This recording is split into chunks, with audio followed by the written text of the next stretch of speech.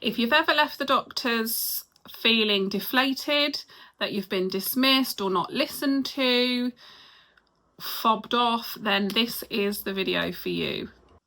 Welcome to my YouTube channel. My name is Heidi and we are talking 30 days of perimenopause. Okay, so perimenopause, this transition, it's huge for many women, including myself.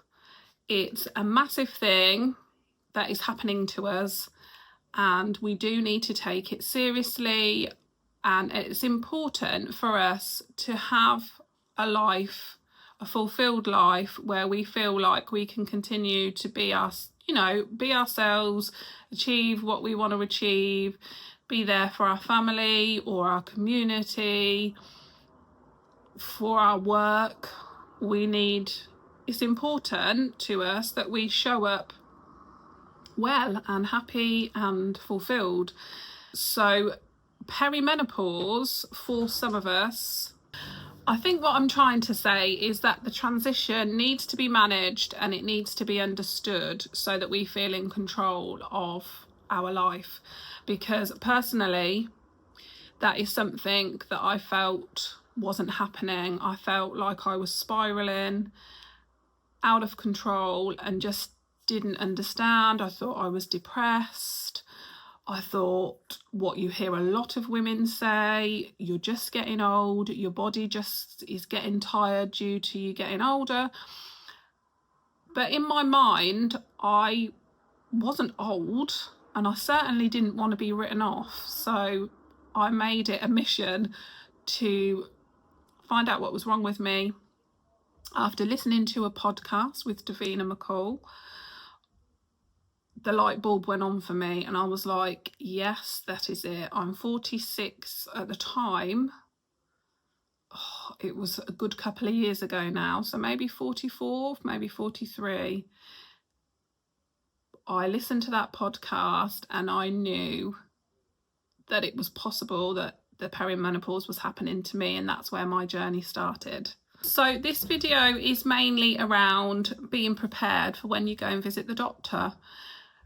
I know I've listened to other YouTubers and also podcasts where women talk about, there being a bit of shame around perimenopause or menopause and the symptoms you get and the way that you feel. And I do feel sometimes as women, we do brush off what would be our symptoms as things like old age, or you've just got to get on with it, this is how you're supposed to feel, and it's just not true. So really the tips for this video is around being prepared when you go and visit the doctor. Now, the best thing that you can do is write a list of the things that are concerning you. If you believe it's if you're going to the doctor and you think, I believe I'm in perimenopause, you're around that age, you've looked up the symptoms, it could be that you've already started to track your symptoms, or you've got a diary and you can look back in your diary and look at how you were feeling and look at what you've written about how you felt physically or mentally.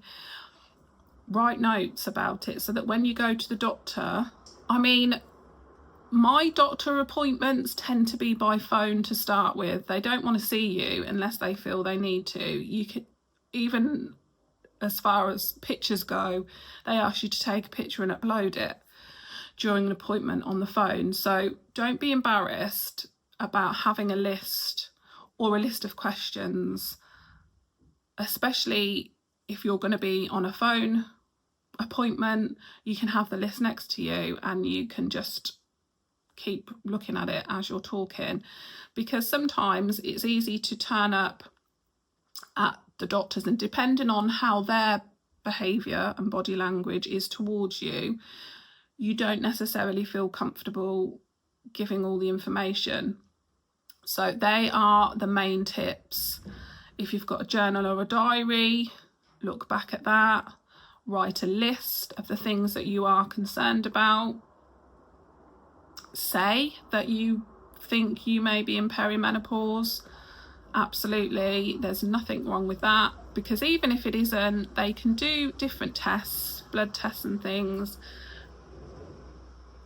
you know, tick off a list of what they have to do in terms of hormones and things like that, and get the process started. That is the best way. The next tip would be to ask for testing. So if you've had a couple of appointments and you feel like things are not really happening, then you can ask for blood tests.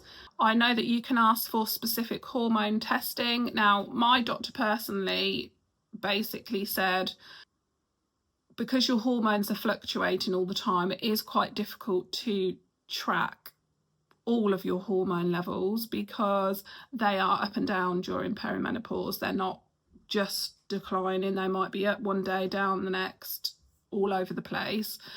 So it's very difficult, but they can still test your bloods to see if you need supplementing. So, and also I'm guessing they work it around your age, so depending on how old you are, if your blood tests come back and you're low in vitamin D, you're low in magnesium, that kind of thing, that can also be an effect of declining estrogen.